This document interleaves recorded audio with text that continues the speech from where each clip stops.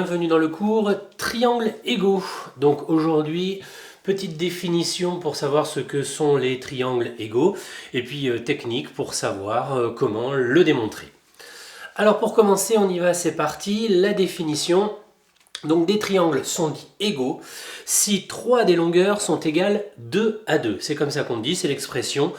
Les longueurs sont égales 2 à 2. Ça veut dire quoi? Ça veut dire tout simplement que je vais réussir à dire que ce côté-là, il est de la même longueur que celui-là, premièrement, que ce côté-là est de la même longueur que ce côté-là, deuxièmement, et que cet élément-là est la même longueur que celui-là. 3. Donc ça veut dire que j'arrive 2 à 2, c'est l'expression, à montrer que les longueurs sont les mêmes. Et bien ça nous permet de dire que le triangle 1 est égal au triangle 2. Alors une autre manière de le dire, c'est de dire tout simplement que les deux triangles sont tout simplement superposables. Donc ça c'est la définition. Comment est-ce qu'on fait maintenant pour le démontrer? Pour le démontrer, on peut utiliser clairement la définition. C'est-à-dire, on aura deux triangles égaux si on arrive à démontrer que les trois longueurs sont égales 2 à 2. Donc c'est-à-dire qu'on va se retrouver avec ce schéma-là. Ce côté-là identique à celui-là, celui-là identique à celui-là, et le troisième identique à celui-là. Deuxième manière, ça s'est affiché en dessous, si un angle qui va être égal est compris entre deux côtés qui correspondent. Donc on dit, on va avoir le dessin suivant, c'est-à-dire que ce côté-là sera pareil que celui-là, celui-là sera le même que celui-là, et l'angle qui est coincé entre les deux sera le même que l'angle qui est coincé entre les deux. Dans les exercices, vous allez avoir bien souvent du vocabulaire lié à ça, quels sont les côtés qui sont homologues, ce genre de choses-là. Donc soit 3 côtés, soit 2 côtés et l'angle qui correspond, soit pour terminer, 2 angles et le côté qui est coincé au milieu. Quoi qu'il arrive, il y a à chaque fois à démontrer 3 correspondances. Soit 3 correspondances sur les longueurs, soit 3 correspondances de côté et l'angle qui est coincé au milieu, ce qui nous fait 3 correspondances, soit 2 angles et le côté qui est coincé au milieu, ce qui nous donne également 3 correspondances. Donc dans tous ces cas de figure-là, on arrivera à démontrer que les triangles sont des triangles qui sont égaux. Allez, petit exercice pour voir ce que ça donne, exercice que je vais résoudre de 2 manières différentes. Alors il en existe d'autres, mais ce sont 2 manières que je propose. Donc on est dans le cas où on a un parallélogramme, on trace une des diagonales du parallélogramme et on nous demande de démontrer que le triangle EFG et le triangle GHE sont des triangles qui sont égaux.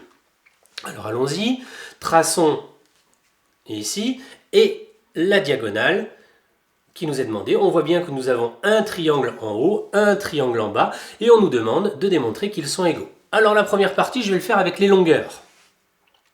Donc si je ne m'occupe que des longueurs, il faut que je démontre qu'il y a correspondance entre 3 paires de longueurs. Alors, les côtés EF, c'est-à-dire celui qui est ici, et HG, celui qui est dessous, mais aussi le côté HE et le côté FG, sont égaux, puisque ce sont les côtés opposés. Et on sait que dans un parallélogramme, les côtés qui sont opposés sont égaux. Donc j'ai ça et ça qui sont de même longueur, première correspondance. Ça et ça qui sont égaux, deuxième correspondance. Et puis, le troisième côté, dans les deux triangles, c'est EG. Donc EG d'un côté et EG de l'autre, c'est la même chose. Ça y est, c'est fait. J'ai réussi à démontrer 3 correspondances. La première, un côté. La deuxième, 2, et le troisième qui est le même dans les 2 cas de figure, donc on est dans le cas de triangles égaux. Alors, je ne change pas grand chose, je mets la même chose, la même situation, mais cette fois je vais plutôt le démontrer, hop, si ça veut bien marcher, voilà, par un angle et 2 côtés. Alors je vais utiliser un petit peu les mêmes astuces, les mêmes méthodes, les propriétés du parallélogramme. Mais là, dans ce cas-là, il va falloir que je trouve un angle et 2 côtés, en sachant que mes 2 côtés doivent correspondre et l'angle doit être coincé au milieu. Alors comment je fais ça? Les angles Donc l'angle H qui est ici et l'angle F qui est ici sont des angles qui sont égaux puisqu'on est dans un parallélogramme. Dans un parallélogramme, les angles opposés sont égaux. Donc j'ai correspondance entre cet angle-là et cet angle-là. Donc maintenant, il faut que je fasse la correspondance avec les côtés qui encadrent cet angle. C'est la même propriété que tout à l'heure. Les côtés opposés sont égaux, donc j'ai ce côté-là qui est pareil que celui-là, ce côté-là qui est pareil que celui-là. J'ai donc bien à chaque fois deux côtés qui correspondent. L'angle qui est coincé entre les deux qui correspond. Ce sont des triangles qui sont donc égaux.